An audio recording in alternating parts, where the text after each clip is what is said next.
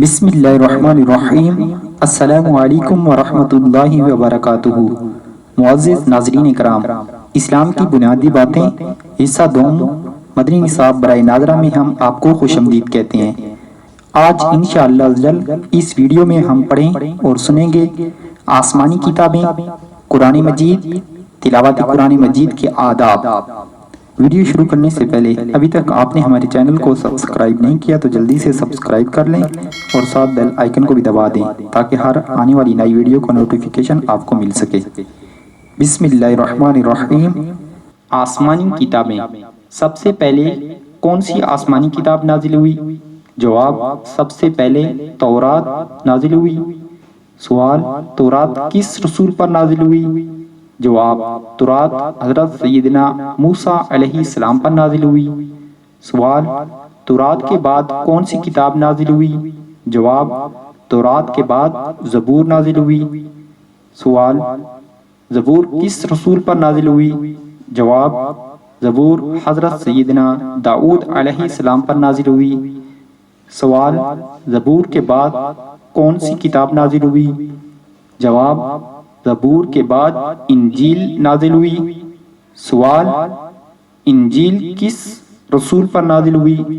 جواب، انجیل حضرت سیدنا عیسیٰ علیہ السلام پر نازل ہوئی۔ سوال، سب سے آخر میں کون سی آسمانی کتاب نازل ہوئی؟ جواب، سب سے آخر میں قرآن مجید نازل ہوا۔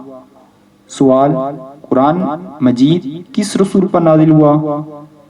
جواب، قرآن مجید ہمارے پیارے نبی صلی اللہ تعالی وآلہ وسلم پر نازل ہوا۔ قرآن مجید۔ سوال، قرآن مجید کی سب سے پہلی آیات کہاں نازل ہوئی؟ جواب، قرآن مجید کی سب سے پہلی آیات غار حرا میں نازل ہوئی۔ سوال، قرآن مجید کس زبان میں ہے؟ جواب، قرآن مجید عربی زبان میں ہے۔ سوال، قرآن مجید کا سب سے پہلا نازل ہونے والا لفظ کون سا ہے؟ جواب، اقرا، جس کے معنی ہے پڑھو۔ سوال، قرآن مجید کتنے عرصے میں نازل ہوا؟ جواب، قرآن مجید تقریباً 23 سال میں نازل ہوا۔ قرآن مجید کے کل کتنے پارے ہیں؟ قرآن مجید میں کل 30 پارے ہیں۔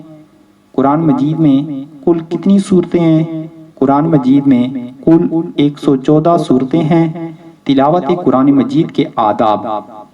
سوال، قرآن پاک کی تلاوت کرتے وقت کس رخ پر بیٹھنا چاہیے؟ جواب، قرآن پاک کی تلاوت کرتے وقت قبلہ رخ ہونا چاہیے کہ یہ مستحب ہے۔ سوال، تکیہ یا ٹیک لگا کر قرآن پاک پڑھنا کیسا ہے؟ تکیہ یا ٹیک لگا کر قرآن پاک نہیں پڑھنا چاہیے بلکہ سیدھا بیٹھ کر خشوع و خضوع کے ساتھ تلاوت کرنی چاہیے۔ سوال، کیا قرآن پاک لیٹ کر پڑھ سکتے ہیں؟ جواب، جی ہاں، قرآن پاک لیٹ کر بھی پڑھ سکتے ہیں جبکہ پاؤں سمٹے ہوئے ہوں۔ سوال، قرآن مجید کی تلاوت شروع کرنے سے پہلے کیا پڑھنا چاہیے؟ جواب، قرآن مجید کی تلاوت شروع کرنے سے پہلے تعوذ یعنی اعوذ باللہ شریف اور تسمیہ یعنی بسم اللہ شریف پڑھنا چاہیے۔ سوال، وہ کون سی جگہ ہے جہاں قرآن شریف پڑھنا ناجائز ہے؟ جواب، غسل خانہ اور نجاست کی جگہ مثلاً بیت الخلاء میں قرآن شریف پڑھنا ناجائز ہے۔ سوال، قرآن مجید کی طرف پیٹھ یا پاؤں کرنا کیسا ہے؟ جواب، قرآن مجید کی طرف پیٹھ یا پاؤں کرنا ادب کے خلاف ہے، ایسا نہیں کرنا چاہیے۔ سوال، قرآن شریف کی تلاوت کے دوران جمائی آ جائے تو کیا کرنا چاہیے؟ جواب، قرآن شریف کی تلاوت کے دوران جمائی آ جائے تو قرآن شریف موقوف کر دینا چاہیے کیونکہ جمائی شیطانی اثر ہے۔ سوال، قرآن شریف کی تلاوت کے دوران اگر پیر صاحب، عالم دین، استاد صاحب یا والدین میں سے کوئی آ جائے تو کیا ان کی تعظیم کے لیے کھڑے ہو سکتے ہیں؟ جواب، جی ہاں، تلاوت موقوف کر کے ان کی تعظیم کے لیے کھڑے ہو سکتے ہیں۔ سوال، بعض لوگ کہتے ہیں کہ اگر قرآن پاک کھلا ہوا ہو تو اسے شیطان پڑھتا ہے، اس کی کیا حقیقت ہے؟ جواب، یہ بات غلط ہے اور اس کی کوئی اصل نہیں۔ سوال، قرآن پاک کو جزدان یا غلاف میں رکھنے کا کیا حکم ہے؟ جواب، قرآن پاک کو جزدان یا غلاف میں رکھنا جائز ہے۔ صحابہ کرام رضوان اللہ تعالی علیہم اجمعین کے دور مبارک میں مسلمانوں کا اس پر عمل ہے۔ سوال، قرآن مجید کو بلند آواز سے پڑھنا کیسا؟ جواب، قرآن مجید کو بلند آواز سے پڑھنا افضل ہے کہ جہاں تک آواز پہنچے گی وہ اشیاء پڑھنے والے کے ایمان کی بروز قیامت گواہی دے ہوں گے۔ البتہ اس بات کا خیال رکھا جائے کہ کسی نمازی، بیمار اور سونے والے کو تکلیف نہ پہنچے۔ سوال، قرآن شریف کی تلاوت سننے کے بجائے باتیں کرنا یا ادھر ادھر دیکھنا کیسا؟ جواب، قرآن شریف کی تلاوت خاموشی اور توجہ سے سننا چاہیے، اس دوران گفتگو کرنا گناہ ہے۔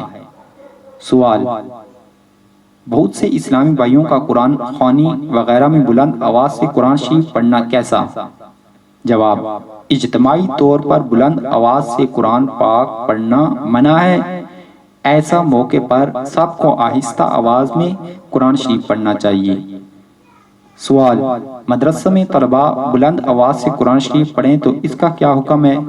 جواب، مدرسہ میں طلباء کو بلند آواز سے قرآن شریف پڑھنا جائز ہے۔